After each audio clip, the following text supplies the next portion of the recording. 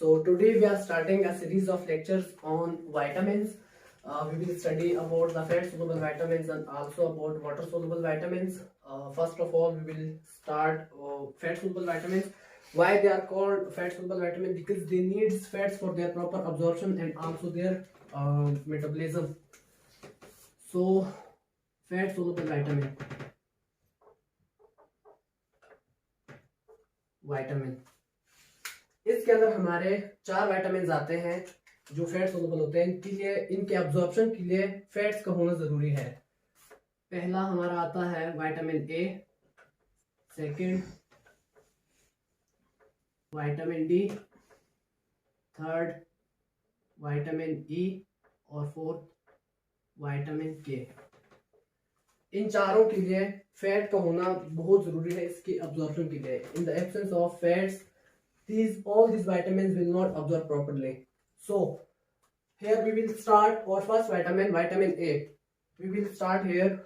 We will discuss about the sources and also its functions and also deficiency and toxicity. In case of toxicity, what will be the consequences?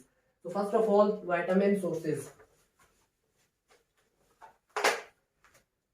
Vitamin A sources.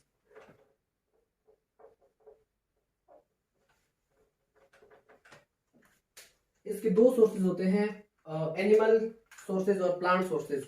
Animal sources के अंदर हम देखते हैं कि जो rich sources होते हैं इसके वो कौन से होते हैं।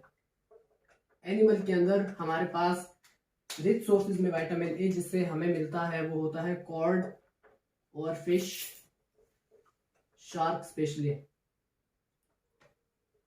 Fish oil. सेकंड में हमारे जो मीट होता है उससे भी मिलता है ये विटामिन ए, मीट भी रिच सोर्स है इसका। थर्ड जो है डाइटरी प्रोडक्ट जितने भी होते हैं जैसे मिल्क है और उसके साथ एग्स वगैरह, इससे भी हमें विटामिन ए मिलता है। Second plant sources. Plant sources के अंदर हमारे पास आते हैं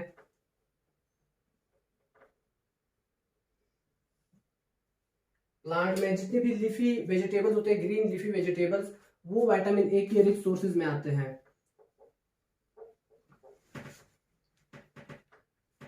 ग्रीन लीफी वेजिटेबल्स और उसी के साथ साथ हमारे जो कैरेट्स है वो, पपाया और मैंगो, ये सारे इसके जो स्पेनिच वगैरह जितने भी है प्लांट सोर्सेज में विटामिन ए के रिच सोर्सेज में आते हैं।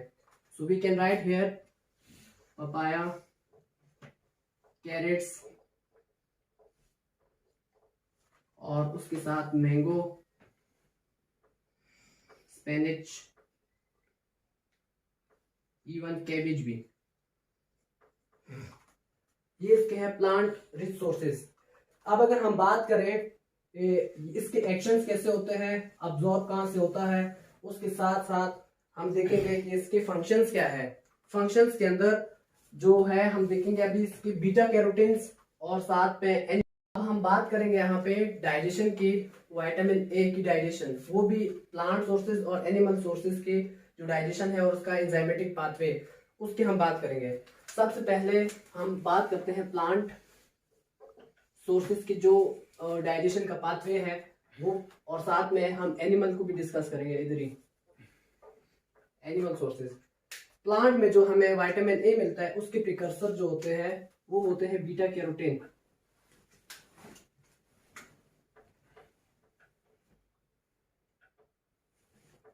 Beta carotenes, beta carotenes convert होते हैं रिटेनल में।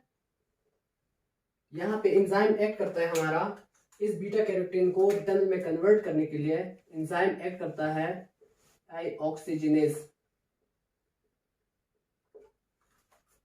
इस एंजाइम की प्रेजेंस पे हमारा बीटा कैरोटीन डिस्ट्रॉय होता है, कन्वर्ट हो जाता है रिटेनल में। अब रिटेनल से भी ये आगे हमने इसको कन्वर्ट करना है रिटेनॉल में। रिटेनॉल, इस स्टेप के लिए भी एंजाइम का होना जरूरी है जो इसको रिड्यूस कर देता है, और यहाँ पे एंजाइम एक्ट करता है रिडक्टेज। सेम एनिमल में जो आता है हमारे पास उसका प्रिकर्सर फॉर्म जो होता है वो होता है हमारे पास ईस्टर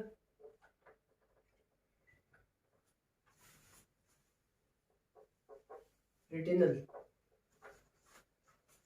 ईस्टर रेटिनल ये जब डिस्ट्रॉय होता है तो ये दो प्रोडक्ट देता है हमें, रेटिनॉल और उसी के साथ फ्री फैटी एसिड्स भी देता है। ये रेटिनॉल का पाथवे एनिमल का और प्लांट का, जैसे हमें रेटिनॉल मिल जाता है प्रोडक्ट, इन दोनों का पाथवे आगे एक जैसा ही कंटिन्यू होता है, सेम एंजाइम एक्ट करते हैं दोनों के ऊपर।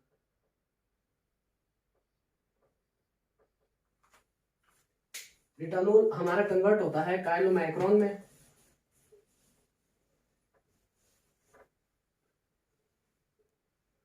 काइलोमाइक्रोन हमारे ये होते हैं स्मॉल मॉलिक्यूल ऑफ फैट्स। जब फैट्स की इमल्सिफिकेशन होती है उसके बाद काइलोमाइक्रोन बनते हैं।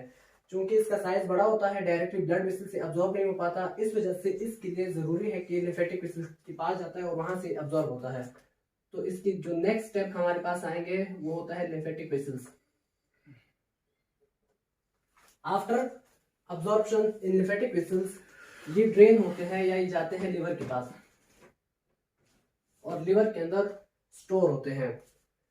जब हमें चाहिए हो, यही रेटिनॉल जब हमें चाहिए होता है तो लिवर से ये निकल के रेटिनॉल और बाइंड कर जाता है किसके साथ, रेटिनॉल बाइंडिंग प्रोटीन के साथ। रेटिनॉल बाइंडिंग प्रोटीन ये जैसे ब्लड में आते हैं, ब्लड में आने के बाद डायरेक्टली हिट करते हैं टारगेट साइट को।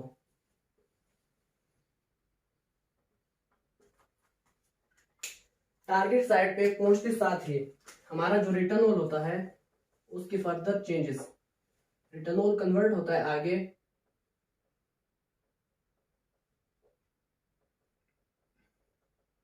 ईस्टर में, देन जाता है ये आगे इंट्रा न्यूक्लियर रिसेप्टर्स, और ये जो है इंपॉर्टेंट होते हैं प्रोटीन सिंथेसिस के लिए, प्रोटीन सिंथेसिस कराते हैं। So total pathway plant sources का हो या एनिमल सोर्सेस का हो, एट द एंड हमें क्या मिल रहा है, टारगेट साइट पे रेटिनल जो है कन्वर्ट होता है रेटिनॉल ईस्टर में और वो इंट्रा न्यूक्लियर रिसेप्टर के ऊपर लग के प्रोटीन सिंथेसिस कराता है एंडोप्लाज्मिक रेटिकुलम के अंदर।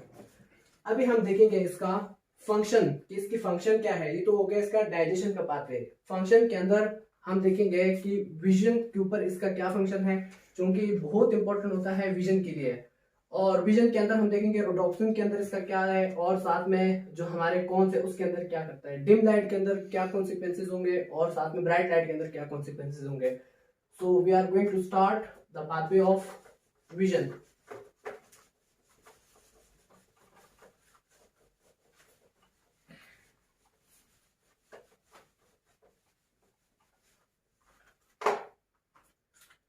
हम कह सकते हैं फंक्शन ऑफ विटामिन ए।